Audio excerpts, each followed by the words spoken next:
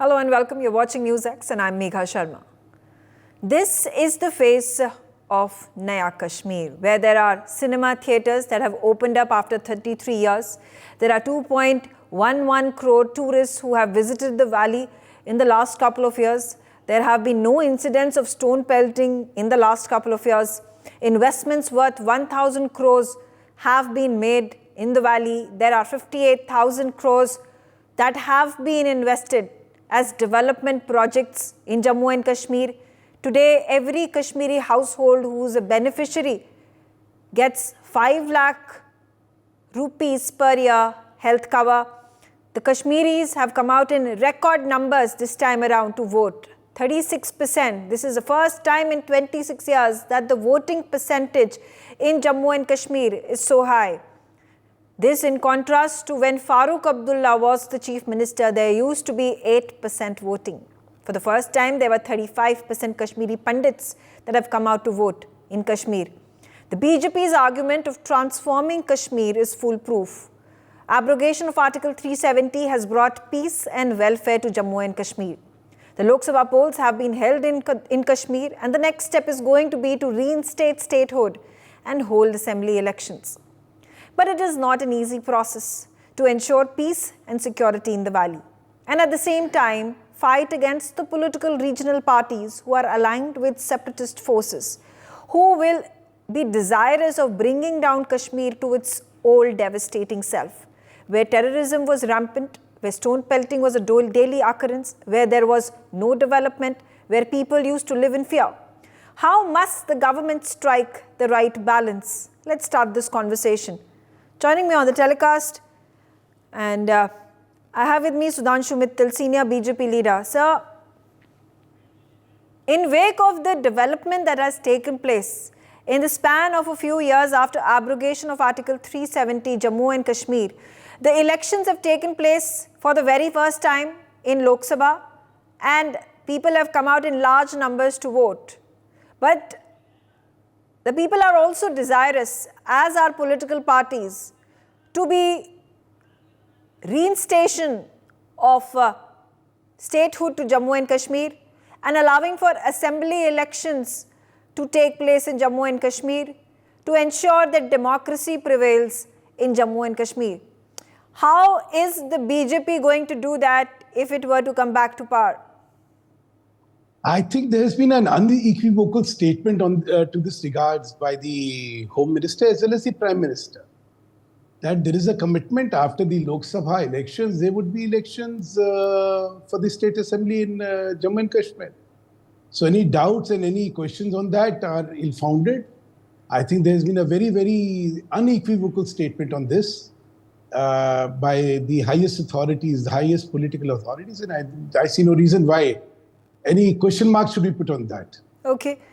Another very perplexing question, which I understand the Home Ministry, the Government of India would have in allowing for statehood to be reinstated in Jammu and Kashmir.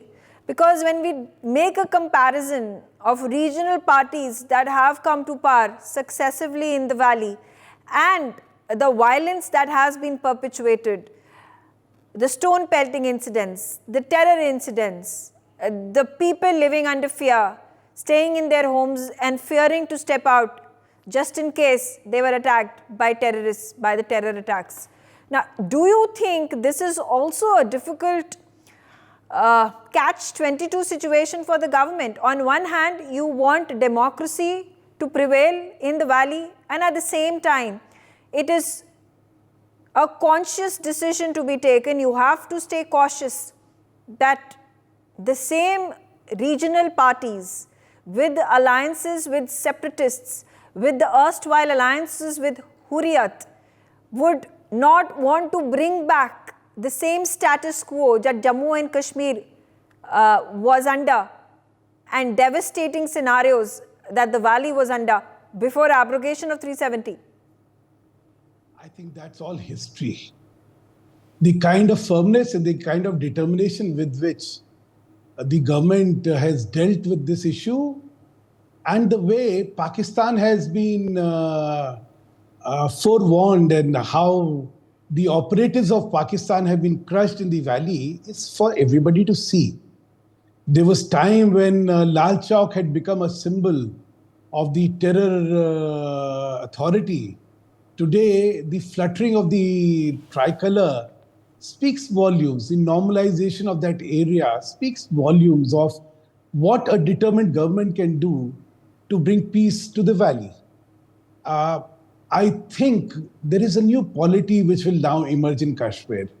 It's my personal belief that people of Kashmir are all sick and tired of being manipulated and being witness to the horrifying incidents of stone peddling and the kind of terror which was perpetrated there. And it wasn't something which came from the people. It was all motivated. It was all funded from across the border. So it's something which everybody has realized. And it is the collateral damage which it did to the people of Kashmir was also well understood. So I don't think there is any scenario of that order coming ever back in Kashmir. But when, a leader like Omar Abdullah, who has been the Chief Minister of Jammu and Kashmir in the past, comes out and makes statement that Article 370, the abrogation, was something that was wrong, that he will look back, and if he were to come to power, if National Conference was to come to power, it will once again reconsider the abrogation. Then leaders from regional parties in Kashmir come out and say, like Farooq Abdullah, talking about how dialogue is the way forward to deal with Pakistan. When there are India Alliance members who come out and speak about how Pakistan needs to be respected and India needs to fear Pakistan because it has atom bombs, because there can be terror attacks that can be targeted towards India by Pakistan. And if there is statehood that is reinstated, wouldn't the control of the government of India reduce hugely in the valley? It all depends in what form is it reinstated. But the father-son due, as well as the elements in Congress, have done great disservice not only to the Jammu and Kashmir people, but also to this country. They have spoken in folk tongues. They have, on one hand, called themselves patriots, and on the other hand, such statements of inciting people are really deplorable. I mean, to say that India should fear Pakistan because it has nukes is something so ridiculous. I mean, I think it's well known as how we deal with Pakistan and its endeavors to promote terrorism in India, and how irrelevant is Pakistan for any purpose of talk. You see, the father-son due of National Conference is completely marginalized as far as people of Kashmir are concerned. They are so relieved that a new polity has emerged, a new order has emerged. And the old rhetoric of these two people is not going to cut much ice with the people of Kashmir. But then what option does the electorate of Jammu and Kashmir have? If the BJP is not fighting the elections, there are regional parties like the National Conference, the PDP, there is India Alliance. If they at this point of time are fighting the elections, what option would the people have who are in favor of a government who has abrogated Article 370? BJP is fighting in Jammu. In the valley, we may not have put up candidates for certain political reasons. But when it comes to the Vidhan Sabha or when it comes to the assembly elections in Kashmir, surely you will see BJP participating in that. But as I said, after the Gram Panchayat elections and after the local body elections, a completely new policy.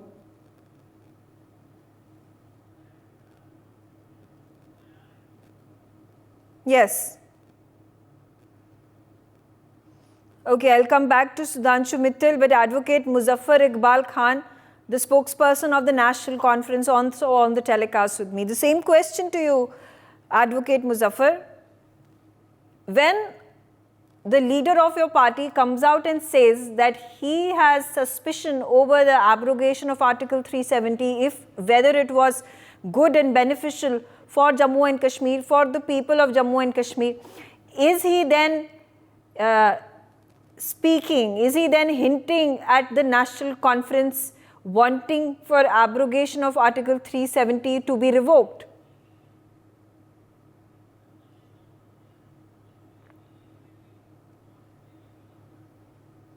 Okay, we'll try to fix that audio connection with Advocate Muzaffar, but George, would you like to take that question?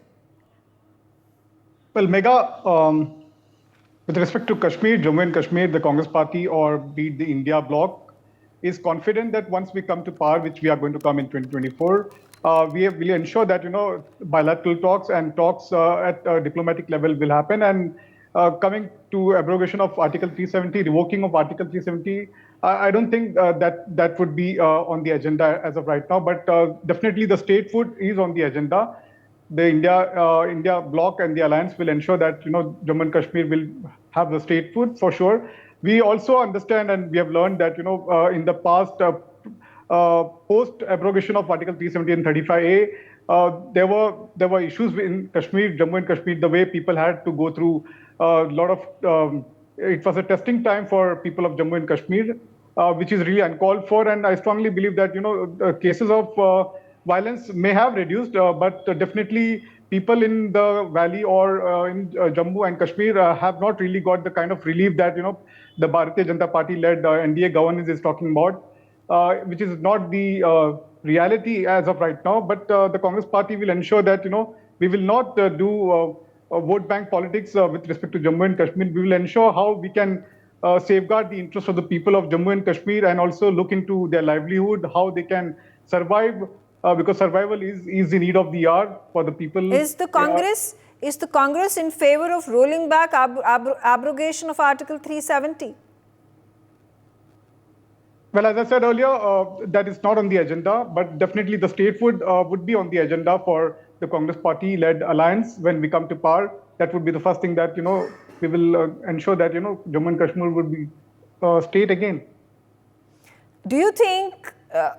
Before abrogation of Article 370 and after the abrogation of Article 370, there has been a striking difference, a transformation that has taken place for the better for the people of Jammu and Kashmir. I gave you the figures right now. Cinema halls opening after 33 years, 2.11 crore tourists that have visited the valley in the last 2 years. No incidents, not a single one of stone pelting in the last 2 years. Investments up to the tune of 1,000 crore rupees in Jammu and Kashmir. 58,000 crore rupees worth of development projects that have been launched. And I can go on with more figures as well.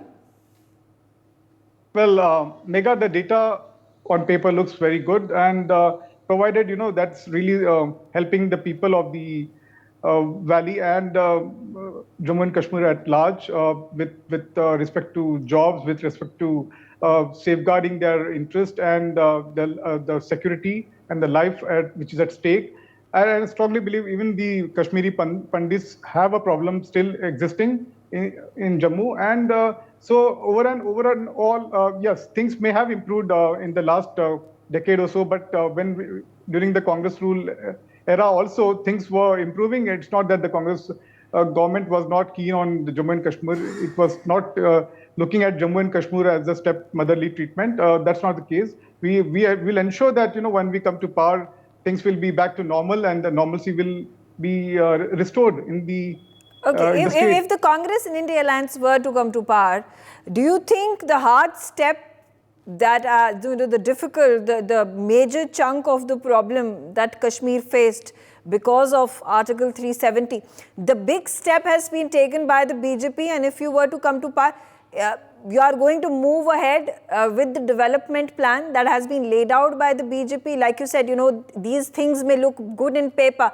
but the implementation on the ground, the situation needs to be ascertained and reviewed. So do you agree that Article 370 has been removed, it's been annulled, and this is a step in the right direction? It makes things easier for the successive governments, whosoever may come to power, to further enhance development and ensure welfare of the people and ensure safety and security of Jammu and Kashmir?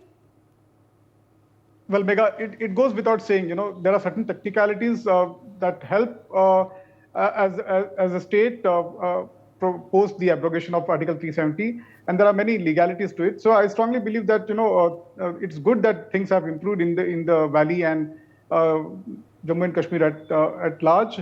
But at the same time, we will also ensure that we are confident that we'll be able to win all 6 seats from the state, and we are confident that we will ensure that we will do justice to the state. Okay, all right. Advocate Muzaffar Iqbal Khan back on the telecast with me. He is the National Conference spokesperson. Thank you for joining me. And of course, my very simple, straightforward question. When your leader Omar Abdullah makes statements questioning the abrogation of Article 370, what is his intention if he comes to power and becomes Member of Parliament? Really, it will not make any difference. 5,500, about 500, give or take a few seats. But it is a political fight which he undertakes to fight till his life. And everybody who is a resident of Jammu and Kashmir and who has been a part of this state, erstwhile state, will fight it. It really pains us when somebody sitting on the screen of the national channel says that people are happy and abrogation has brought milk and honey in canals in the state of Jammu and Kashmir and development has taken place. And these paperwork that you have given pumped funds unstinted to the state of Jammu and Kashmir, it did nothing. Rather, the situation is worse as it was in 2014 or before 2014. I must tell you that everything is in a very bad shape. All those major projects which were undertaken by the previous regime, they have been either abandoned or they have been shelved. Railway project to the Punch, which was the dream project of the previous regime, has been shelved. There is no development as such, and telling people, those who were never counted as tourists, for example, the pilgrimage, the person who used to come for a pilgrimage either to Mata Vaishno Devi or Buddha Amarnath, they were never counted as tourists. What this regime did, the present dispensation, they counted all these pilgrim tourists as tourists and inflated the figures, the numbers, just to show to the rest of the country that things are normal. Had the things been so normal, why they have not contested 3 seats which were in Valley? Because they knew it would be very difficult for the BJP to save the face. It was very difficult for BJP to sell the abrogation of Article 370 in the rest of the country, keeping in view the prevailing situation here. But the BJP argument here is that it was done as an altruistic move to abrogate Article 370.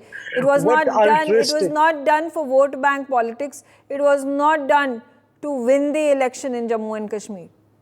Ma'am, I have never seen even a single speech delivered in a public meeting, either by the Prime Minister of this country or the Home Minister of this country, in which they have not made mention of Article 370 and state of Jammu and Kashmir.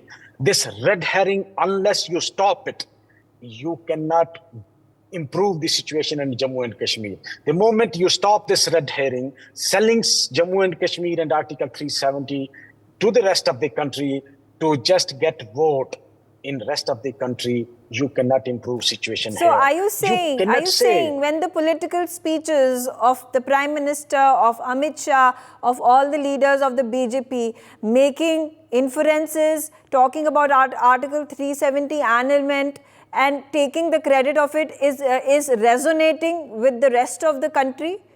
Are people going to vote for BJP on the basis of the decision made by the BJP?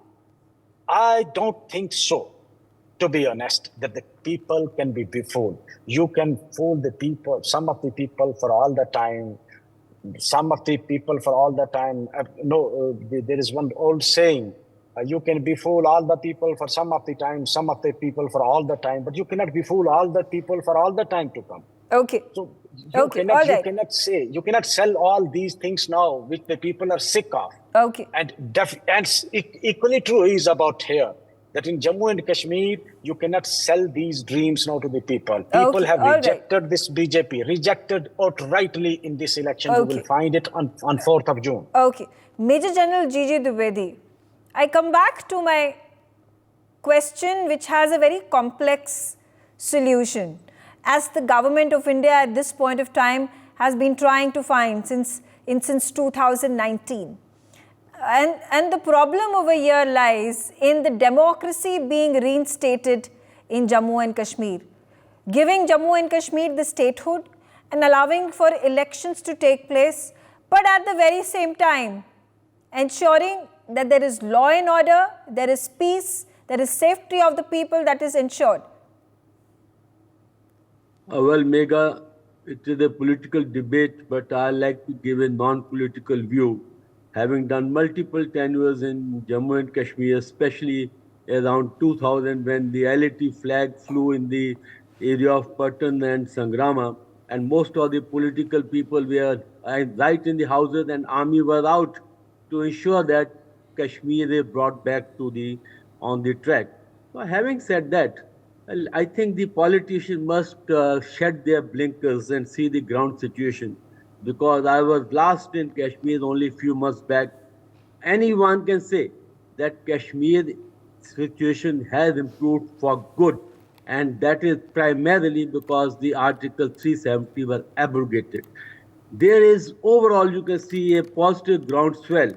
I think no one can deny that.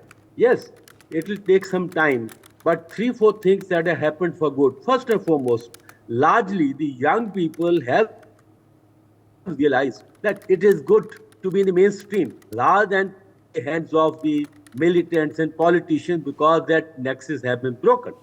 The second point is that kind of resistance that was there among the young people, stone pelting. I handled these issues number of times when I was commanding my brigade in Baramulla. No more there. Thirdly, the improvement in the generally life of the people. I was in Lal Chowk for good some time, and I saw that the improvement of the situation cannot be denied. Fourthly, the number of steps have been taken. You see the kind of construction that is coming up. You drive to Gulmarg, Pahalgam side, everywhere you find there is a construction coming up. There are signs of improvement. No one can deny that. Now, I like to make 2 important points. First, the politics in a democratic system is the life of any secular system or a democracy. But we must never compromise the national interest. So I'll request humbly to all the politicians, please place the national interest above your political interest, because if the country is not there, politics will not work. Point number 1. And second issue is that it is a national problem. Kashmir is not a problem of Kashmiris. It's a national issue. And in that, we have players like Pakistan, we have vested powers who are interested that India should be weakened. And that threat must be taken on cumulatively. Okay. So all I can say is that enough water have flown in Javelin River since last 5 years. Rivers do not reverse the direction. That direction is positive. We must contribute to ensure that Kashmir is back on the track as a state, as a democratic system. And I think that's good for the people of Kashmir and for people of India. Megha. Okay, Sumit, again coming back to you. And the question is going to be, after the Lok Sabha elections get over, the Supreme Court has made a statement. It has demanded the government of India to reinstate statehood in Jammu and Kashmir. Elections should happen so that there is exercising of franchise of the people that is allowed. And that's how the true democracy is. But again, the conundrum over here that is being faced by the government is to ensure peace, is to also ensure democracy prevails. It is also to ensure that there are free and fair elections that take place. And a situation where the BJP is not in a strong position to fight the elections as compared to the other regional parties, whether it is National Conference or the PDP or the other Apni party, how can peace, prosperity, safety of people be ensured? Megha ji, thanks for having me on your show. I think the most important thing is that peace and prosperity and safety should prevail. Pakistan should not be able to act. ISI should not be able to act. There should be no Hurriyat. There should be no Lashkar-e-Toiba or Jaish-e-Mohammed or whichever. And there should be no loot and plunder which used to happen before 370. Remember, whatever money was going here, 90% used to come to Valley, 8% to Jammu and 2% to Ladakh. And there was no CAG there. Right to education was not there. Women who will marry somebody out of Kashmir will lose claim to the property. Valmiki was a born Valmiki. Even if he's an engineer, he has to still do the job of a Valmiki. There were a lot of things which were done there. It was the only place where an Indian IPC was not there. Indian Supreme Court did not have jurisdiction. And then you had a different flag altogether. With those kind of things, you see, there was no uniformity which could be done. And whatever was done in the previous regime, that did not improve anything on the ground. If that would have improved anything in the ground, how after 2009 to 2024 things have changed? Why didn't they change from 90 to 2019? For such a long years, the things did not change. Now, with due course of time, as the government of India, as Honorable Graha Mantri ji has already said, at the right point of time, when the situations are right, the elections will be conducted. And he stands committed for getting elections conducted, and he stands committed for giving the statehood to the erstwhile state of J&K, and which even the Honorable Prime Minister Modi ji has said. So now parliamentary elections are happening. There's a point of DDC elections have happened, 4 more elections have happened. So in 1 or 2 or 3 years, then the other elections will also happen. And we have to also keep into consideration, there is also a delimitation exercise which is happening. Look, you can't have a scenario when 15% of the valley will control 65% of the seats. That was the scenario. You cannot have an election wherein with 8% voting in Kashmir Valley and the whole of Jammu and Ladakh used to wait, still a National Conference or a PDP will have a chief minister, only with 8% voting. So if politicians of the valley think that in that scenario they're going to fight the election, well, that was not going to happen. After the delimitation and all is happening, where is a fair playing ground, where everybody has an equal opportunity, then it will be done. Because earlier, the area is set in a way, whoever contests from Kashmir will definitely win. And that is what has been happening. So it is like what you say in English, if I'm doing this year what I was doing last year, so this year's results are not going to be anything different from the last year. So now with every step and progress and development, we have to go do the elections, which will be done in due course of time. But peace, tranquility and prosperity remains the priority. Pakistan, ISI and elimination of terrorism remains the second priority. Then statehood and all will happen in due course of time. Yeah. People are happy. But are people of Kashmir buying the narrative that is being peddled by politicians, by the National Conference, that Article 370 abrogation needs to be rolled back, that the peace will happen between Pakistan and India only after there is going to be dialogue that will be held by the government with Pakistan? Well, ma'am, as far as the dialogue with Pakistan is concerned, I think the Honorable Prime Minister in one of the media interactions has said that I have tala laga diya. It's done years back, done and dusted. Prime Minister Modi is coming back, and as long as he's in power or BJP is in power, there's going to be no dialogue with Pakistan. We don't want to engage with them. So as far as the people are concerned, if the people would not be happy or there will be really a lot of problem on the ground, how many people have come up? How many processions have you seen? How much of stone pelting have you seen? How many people have demonstrated? Even one demonstration did not happen.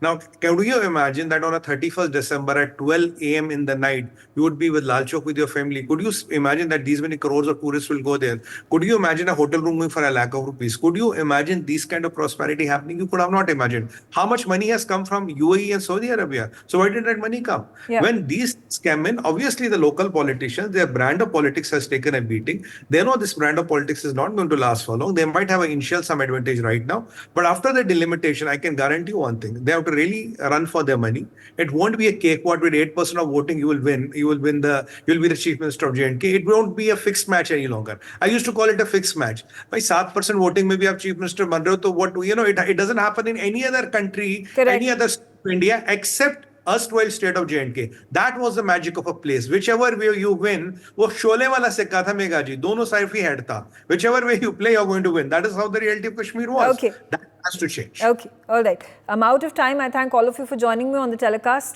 For more such videos, subscribe to the NewsX YouTube channel, hit the bell icon.